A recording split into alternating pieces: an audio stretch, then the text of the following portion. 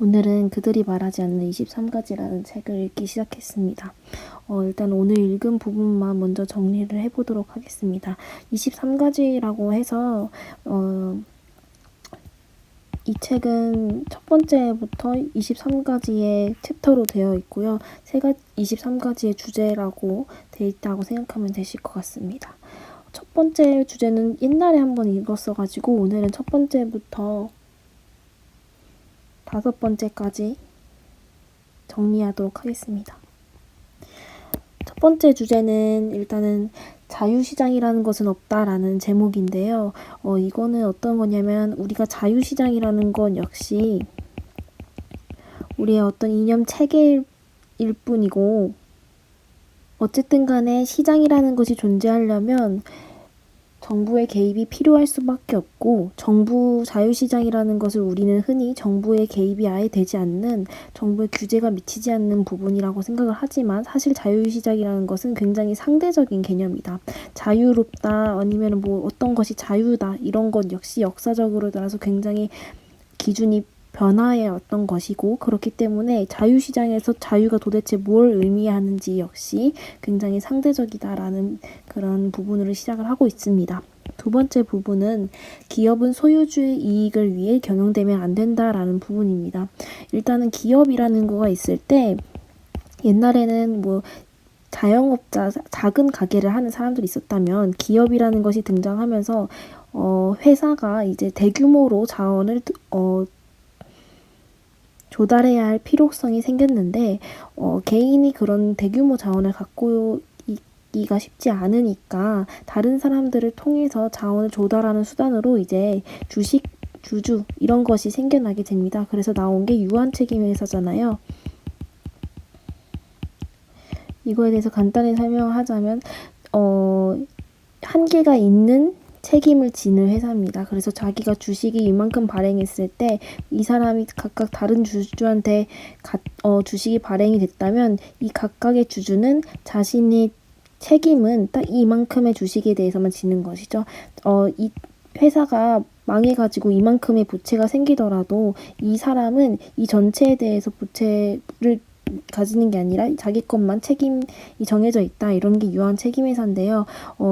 이것은 이제 대규모의 자원을 조달함으로써 현대의 기업이 등장할 수 있었던 기업의 어떤 발생을 촉진하는 그런 작용이라고 보면 될 것 같습니다. 그런데 이 부분이 유한 책임회사가 처음 도입됐을 때부터 환경받았던 건 아니라는 부분이 나옵니다. 페이지 35쪽에 하지만 유한 책임에 대한 의구심은 오랫동안 남아 있었다. 서유럽의 기업가 활동에 관한 한 유명한 역사 연구서에 따르면 유한 책임이 일반화되고 몇십 년이 지난 19세기 말 영국에서도 기업을 소유하고 직접 경영하는 중소기업인이 법인, 유한회사라는 장치를 이용하여 자기 기업의 채무에 대해 완전히 책임지는 것을 피하려 하면 눈총을 받았다고 한다. 이렇게 대규모 자원 조달을 할 수 있다는 장점이 있는 반면에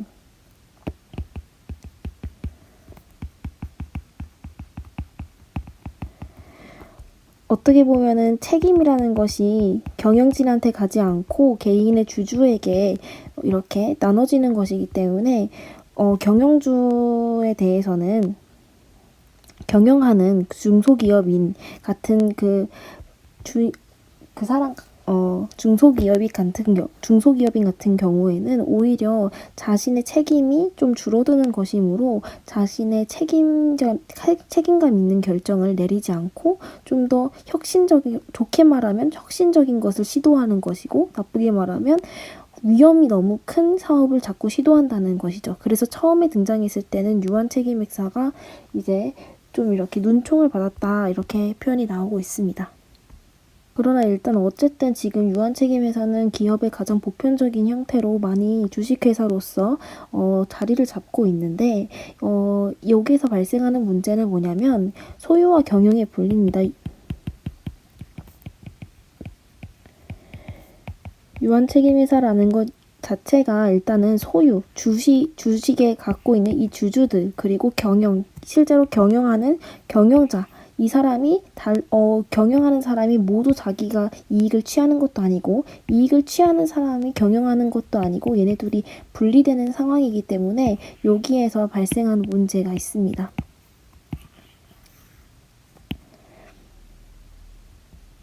아까 말했듯이 책임을 피할 수 있으니까 좀 위험성이 큰 사업을 시도하거나 아니면 책임감이 떨어지거나 이런 문제가 생깁니다. 그래서 이거를 해결하는 방안으로 나온 것이 주주 가치 극대화입니다.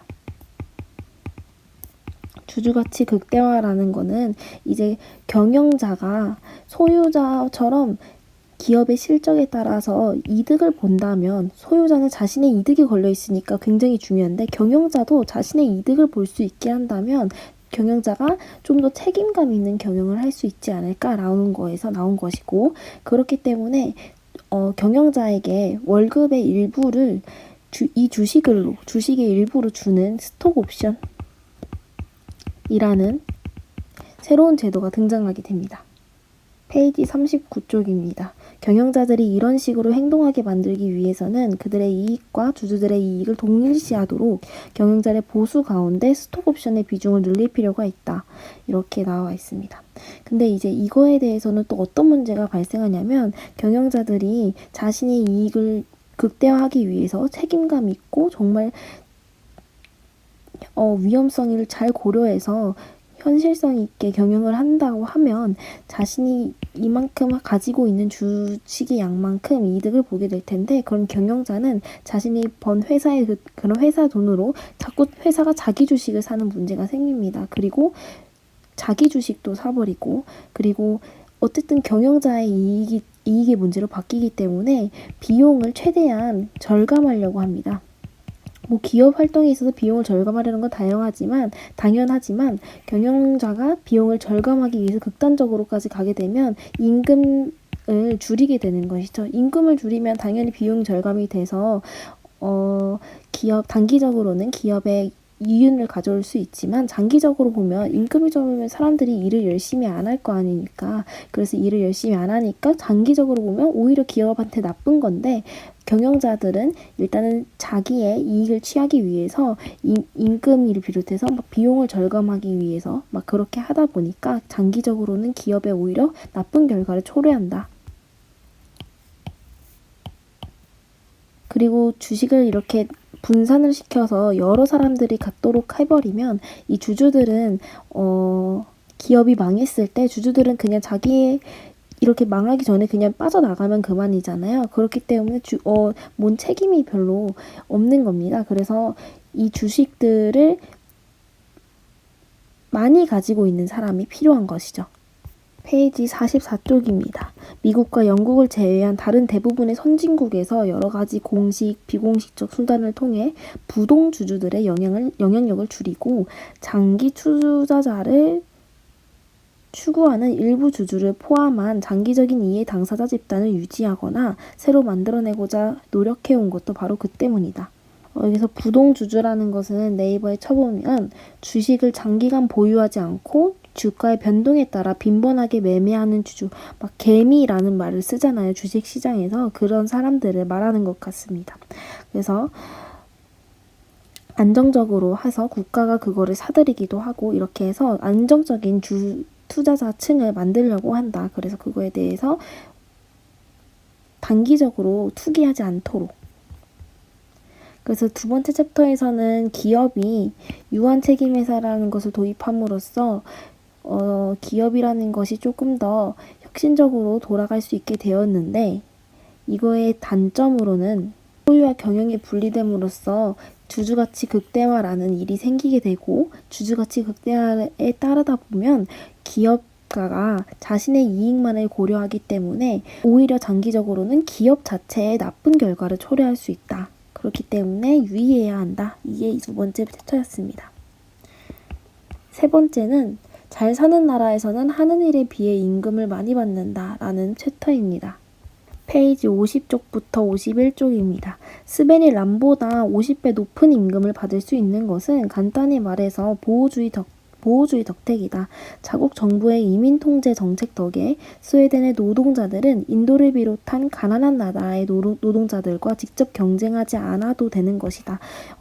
여기서 나오는 거는 스웨덴의 버스기사와 인도의 버스기사의 임금차가 50배 차이가 나는데, 사실 그 난이도나 어떤 숙련도로 따지면 람이 스벤보다 더 운전을 잘할 수도 있는데, 스벤이 그거보다 더 50배를 받는다는 사실로부터 우리는 알 수 있다는 것입니다. 우리의 어떤 상품, 노동이라는 것도 하나의 상품이잖아요. 우리의 상품은 제 값을 받지 못한다. 그러니까 이것은 상품의 값은 그것의 가치 혹은 생산성에 완전히 일치하는 것은 아니다라는 것을 이 사례에서 알 수 있습니다. 일단은 얘네가 이 두 사람이 임금의 차이가 이렇게 많이 나는 것은 임금 시장이 하나로 통일되어 있다면, 인도랑 스웨덴이랑 하나로 통일되어 있다면 여기에 노동이 싸다면 다 일로 옮겨가서 서로 평등을 이룰 수 있을 텐데, 임금 시장이 하나로 통일되어 있는 게 아니라 두 개가 이렇게 분리되어 있기 때문에 노동시장이 인도에서는 인도의 노동시장이 존재하고 스웨덴은 이렇게 따로 존재하게 되는 것인데, 그 이유는 바로 이민 통제 정책이 있기 때문입니다. 또 이렇게 상품이 그것의 가치에 따라서 제값을 받지 않는다는 사례는 또 뒤에 나오는데, 페이지 55쪽입니다. 그들은 더 나은 기술, 더 나은 조직, 더 나은 제도와 물리적 인프라를 가진 경제 환경에서 살기에 그런 성과를 낼 수 있는 것이다. 그리고 이 모든 것은 수세대에 축적된 집단적인 노력의 산물이다 라고 나와 있습니다. 그러니까 어떤 사람이 갖게 되는 그 가치는 값과 일치하지 않는데, 거기서 또 그 가치를 결정짓는 건 역시 그 사람이 가진 능력에만 좌우되는 것이 아니라, 능력에 따라서 무조건 가치가 좌우되는 것이 아니라 또 뭐가 필요하냐면 어떤 사회적인 인프라나 외부적인 노력, 외부에서 나에게 주어진 환경이 필요하다는 것입니다. 그렇기 때문에 어떤 시장은 어느 정도 분리되어 있고, 그 시장들은 좀 어느 정도 불공평한 면이 있다. 그 가치를 결정짓는 것, 그리고 값과 가치를, 그 사이의 관계를 결정짓는 건 역시 그렇기 때문에 이 부분에 있어서 한마디로 정리를 해보자면, 자유시장에서는 모든 상품이 제값을 갖는 것은 아니다 라고 하면 될 것 같습니다. 네 번째로는 인터넷보다 세탁기가 세상을 더 많이 바꿨다라는 파트입니다. 여기서 대략적인 내용은 세탁기나 아니면 식기세척기 이런 것들은 실제로 가사노동의 시간을 굉장히 많이 줄임으로써 그 시간에 여성이 일자리를 가져서 돈을 벌 수 있게 하고, 그래서 또 굉장히 많은 사회적 변화를 가져왔다. 그에 비해서 인터넷이라는 것은 그것에 견줄 만큼 그렇게 혁신적이지 않을 수도 있다라는 그런 내용을 담고 있습니다. 사실 지금 코로나19 때문에 굉장히 인터넷의 중요성, 그리고 인터넷의 활용, 재택근무나 아니면 온라인 강의 이런 걸 하면서, 이게 책이 좀 몇 년 전 거다 보니까 이거에는 공감이 안 됐지만, 어쨌든 여기에서 하고 싶은 말은 이거는 68쪽입니다. 기술의 흐름을 이해하는 것은 개별 국가뿐 아니라 국제적으로 경제정책을 올바르게 입안하는 데 굉장히 대단히 중요하고, 흐름을 이해하는 것이 입안하는 데 굉장히 중요하고, 개인 차원에서는 직업선택 등을 제대로 하기 위해서도 중요하다. 그런데 이제 최근의 것에만 사로잡혀 이제는 보편화된 것들을 저평가할 경우, 세탁기 같은 거 저평가하면 과거의 사례에서도 볼 수 있듯이 잘못된 방향으로 나아갈 위험이 있다라는 부분입니다. 그러니까 우리가 기술을 어떻게 생각하느냐에 따라서 다음의 기술이 결정될 수 있다라는 부분인데, 단순해 보이는 말일 수 있겠지만 저번에 올렸던 영상 중에서 철학과 굴뚝청소부에서 헤겔이 이게 맞는 저건지 모르겠지만 저는 계속 이렇게 얘기를 했잖아요. 주체와 객체 사이에서 주체는 객체를 인식하는 존재로만 생각을 했다면 이전 철학자들이 헤겔은 여기에서 주체 역시 환경이라는 것에 영향을 받는 객체일 수 있다 라는 개념을 도입했듯이 이런 맥락으로 이 부분도 어떤 의미를 가지냐면 우리가 기술로 인해서 우리의 삶이 변화하는데 그것에 대해서 이제 개인, 국가들이 변화하게 되는데 우리는 기술을 통해서 삶의 변화에서 그것을 평가하는 데만 머물고 있지만 우리가 삶이 어떻게 변화했는지 어떻게 변했는지에 대한 인식에 따라서 다시 기술이 변화할 수 있다. 어떻게 발전했는지 다시 이렇게 순환적인 관계를 맺고 있다. 이런 부분이 인상 깊었습니다. 그래서 네 번째 부분에 대해서는 기술에 대한 이해를 어떻게 하느냐에 따라서 다음 기술에 어떻게 정책이 결정되고 어떤 기술에 대한 보호 장려가 되고 이런 것이 결정되기 때문에 기술에 대한 이해를 어떤 맥락으로 할 것인지도 굉장히 중요하다라는 부분이었습니다. 다섯 번째는 최악을 예상하면 최악의 결과가 나온다라는 부분입니다. 이거는 이제 개인이 이기적인 존재냐에 대한 부분입니다. 이 부분은 좀 재밌게 읽었는데요. 일단은 경제학에서는 모든 개인을 이기적인 존재로 보고 제가 경제학을 잘 아는 게 아니어서 이 책을 읽고 있긴 하지만 일단 기본적인 전제가 개인은 이기적인 존재고 합리적인 존재고 이렇게 전제를 합니다. 근데 74쪽에 보면 물론 이기심이 가장 중요한 동기일지는 모르나 유일한 동기라고 할 수는 없다. 정직성, 자존심, 이타심, 사랑, 연민, 신앙심, 의물감, 의리, 충성심, 공중도덕, 애도심 등은 모두 이런 요소들이 다 된다. 우리가 이기심뿐만이 아니라 아무도 보지 않는 곳에서 내 스스로 에게 양심이 찔리지 않기 위해서 양심에 따라서 행동을 한다든지 아니면은 책에 나온 예시처럼 택시기사 아저씨가 나를 못 잡을 게 분명한데도 택시에 내렸을 때 돈을 안 내고 도망가지 않고 돈을 꼭 내고 나온다든지 이런 것도 내가 이기적이라면 그냥 해버렸을 텐데 그렇지 않는다는 것입니다. 다른 요인이 있다. 그러니까 인간은 이기적이기만 한 존재는 아니다라는 부분이 나옵니다. 근데 저는 이 부분을 읽고서는 그러면 내가 아무도 보지 않을 때 내 스스로에게 부끄럽지 않게 하는 건 역시 내가 그런 마음을 갖는 내 모습이 싫어서 그런 이기심 때문일 수도 있고 택시기사 아저씨한테 그렇게 하는 건 역시 다른 사람한테 나쁜 품평을 받거나 아니면은 어쨌든 간에 나중에 걸릴 수 있기 때문에 그런 것을 다 이해타산적으로 따져서 내 이기심 때문에 발생하는 것이 아닌가라는 생각이 들었습니다. 이 부분에 대해서 제가 옛날에 어떤 책을 읽었었는데 어떤 사람들이 회의를 하고 있었는데 그 회의를 하던 중에 어떤 베품에 대해서 새롭게 접근하는 부분이 있었습니다.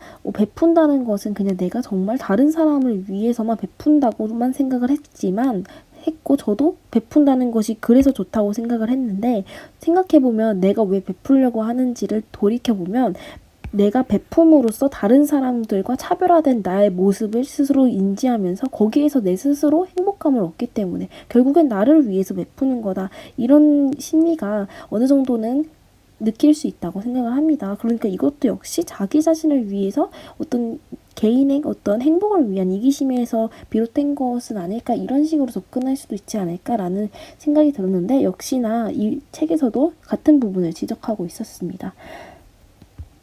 여기서 나오는 거는 보이지 않는 보상과 제재가 있기 때문에 눈에 우리 보이지 않는 어떤 보상이나 아니면 제재, 내가 스스로 그런 행복감을 느끼고 싶은 보상 아니면 어쨌든 간에 CCTV로 그 택시기사님께 돈 안 들였을 때 받을 CCTV로 잡힐 수 있다는 그런 제재, 보이지 않는 그런 제재 그런 것들이 있기 때문에 결국에는 내가 이기적이기 때문에 이걸 다 생각해서 이렇게 하는 것처럼 보이는 거야, 착시현상이야 라고 말하는 부분이 있었는데 그것에 대해서 반론이 나옵니다. 따라서 이기적인 개인이라면 양심 없는 승객을 혼내주거나 외진 곳에서 정직하게 영업하는 정비소를 칭찬하는 일에 시간과 노력을 낭비하는 대신 누군가 바보 같은 사람이 나와 그런 일을 대신해 줄 때까지 기다릴 것이다. 그러니까 택시기사 아저씨라도 정말로 이기적이라면 그렇게 그런 수고를 하지 않고 뛰어가서 막 잡거나 하지 않고 다른 사람이 잡아다 주길 기다릴 것이래요. 근데 다른 사람이 잡아다가 자신한테 주겠냐? 모든 사람이 똑같이 이기적인 존재라면 아무도 잡아주지 않을 것인데, 그러면 택시기사 아저씨는 다른 사람이 잡아다 주길 원하고, 그래서 아무것도 하지 않고 이기적이어서 그런 수고를 하지 않기 위해서 그런 행동을 하지 않고, 또 다른 사람들도 역시나 이기적이기 때문에 택시기사 아저씨 대신에 범인을 잡아주지 않고, 이렇기 때문에 결국 아무도 다른 사람의 행동에 대해 보상이나 제재를 하려 들지 않게 된다는 결론이 나옵니다.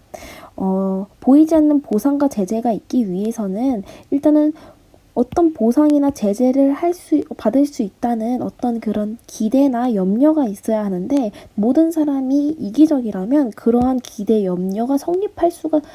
기대나 염려가 실현될 수가 없는 것이기 때문에 애초에 이거는 의미가 없다라는 부분입니다. 그래서 다시 말해서 자유시장 경제학자들이 도덕적 행위가 착시 현상에 불과하다는 주장, 방금 제가 처음에 말씀드렸던 그 주장의 근거로 사용하는 이 보이지 않는 보상과 제재 장치는 그들이 생각하는 것과는 반대로 우리가 모두 이기적이고 무도덕한 존재가 아니어서 가능한 것이다. 그러니까 우리가 모두 이기적이라면, 그 사람 말대로 우리가 모두 이기적이어서 이걸 생각하는 것이라면 이것은 성립할 수가 없다. 그러니까 다시 정리를 해보자면 이 글에서는 모든 사람은 이기적이지 않다라는 주장을 하고 있는데, 그것에 반대로 이기적이라고 주장하는 사람들은 보이지 않는 보상, 제재, 이것이 있기 때문에 이기적이라고 얘기를 하지만, 사실 보이지 않는 보상과 제재가 있기 위해서는 이기적이어서는 안 된다. 그렇기 위해서는 이기적이지 않은 사람들을 전제로 한다. 그러니까 이거는 이제 모순에 봉착한다. 그래서 모든 사람은 이기적이지는 않다. 그 말은 틀렸다라는 게 이 부분의 주장입니다. 근데 저는 또 여기서 또 반대하는 부분이 이 부분입니다. 그러나 모든 사람이 똑같이 이기적인 존재라면 아무도 그런 일을 하지 않을 테고, 결국 아무도 다른 사람의 행동에 대해 보상이나 제재를 하려 들지 않게 된다는 결론이 나온다. 내가 이기적이라는 사람이라는 것은 자기 스스로만 생각한다는 거잖아요. 그러니까 내가 이기적이라는 것은 그냥 내 마음이 이기적이면 되는 것이지, 다른 사람이 이기적인지를 내가 알 필요까지는 없다고 생각을 합니다. 그렇기 때문에 내가 이기적이고 다른 사람은 이기적이지 않을 것이야 라고 생각하는 건 역시 이기적이고, 모든 사람이 이기적이라고 하는 것이 타인은 이기적이지 않을 거야 라고 생각하는 것도 이런 식으로 모든 사람이 이기적으로 생각할 수 있습니다. 그러니까 모든 사람이 이기적이라고 가정을 할 때는 내가 이기적이고 다른 사람들도 이기적이야 라는 것을 개인이 알고 있지는 않고, 그렇기 때문에 모든 사람이 그런 일을 하지 않을 것이라는 결과를 알 수 없고, 당연히 그런 결과를 알 수 없기 때문에 이런 보이지 않는 보상과 제재에 대해서 기대나 염려를 할 수 있고, 그렇기 때문에 이기심에서 우러나오는 행동을 하게 되는 것이죠. 여기서 나오는 문제는 뭐가 잘못됐다고 생각을 하냐면, 내가 이기적인 거랑 그러니까 모든 사람이 이기적이라고 가정을 했을 때 내가 이기적인 것뿐만 아니라 다른 사람이 이기적인 것이라고 내가 다른 사람의 마음까지 그렇게 알고 있다고 전제를 하는데, 그렇게까지는 아니고 내가 이기적이고 다른 사람은 이기적이지 않다고 생각을 할 경우 역시 모든 사람은 이기적인 판단을 하는 것이라고 할 수 있지 않을까라는 생각이 들었습니다. 그리고 이게 첫 번째 제 생각이고요. 두 번째 생각은, 사회에는 어쨌든 간에 직업이라는 것이 있지 않습니까? 다른 사람이 모두 이기적인 존재여도 어쨌든 사회의 체제라는 것은 내 이기적인 마음에 따라서 행동하면 안 되고, 어느 정도 의무를 부여하는 경찰이라든지 아니면 어떤 당장 떠오르는 게 경찰밖에 없네요. 질서를 지켜주는, 아무튼 그런 의무를 부과해주는 직업으로서의 의무가 존재하기 마련인데, 모든 사람이 이기적이라고 생각을 하더라도, 그러니까 이 부분 1번에서 비판했던 이 전제를 버리고, 이 비판했던 부분을 버리고 이걸 받아들인다고 해도, 그러니까 다른 사람 다 이기적이라고 생각한다고 해도 직업이라는 것이 있는 한 아무도 다른 사람에 대해서 보상이나 제재를 과연 하려 들지 않을까. 누군가는 보상이나 제재를 하지 않을까, 이런 생각이 들었습니다. 그러니까 이 부분에 대해서는 살짝 저만의 좀 동의하지 못하는 부분이 있어서 여기도 다시 정리를 해보았습니다. 오늘은 첫 번째부터 다섯 번째 읽어보았는데 그렇게 많은 부분은 아니었지만, 첫 번째는 자유시장이라는 것은 굉장히 상대적인 개념이어서 존재하지 않는다, 이렇게 극단적으로 나와 있고요. 두 번째에서는 기업에서 유한책임회사, 주식회사, 그러니까 뭐 주주가치 극대화, 이 정책이라는 것은 상당히 좀 위험할 수 있는 그런 정책이다. 왜냐하면 경영자가 자신의 이익을 추구하다 보면 결국에는 기업의 성장이 굉장히 약화될 수 있기 때문입니다.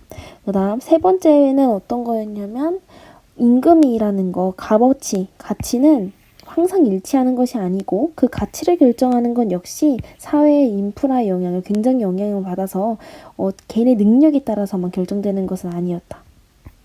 그리고 네 번째로는 우리가 어떻게 기술을 인식하느냐에 따라서 우리의 인식이 영향을 받기도 하지만, 우리의 인식을 어떤 것을 중요시하느냐에 따라서 앞으로의 기술 발전도 달려있다.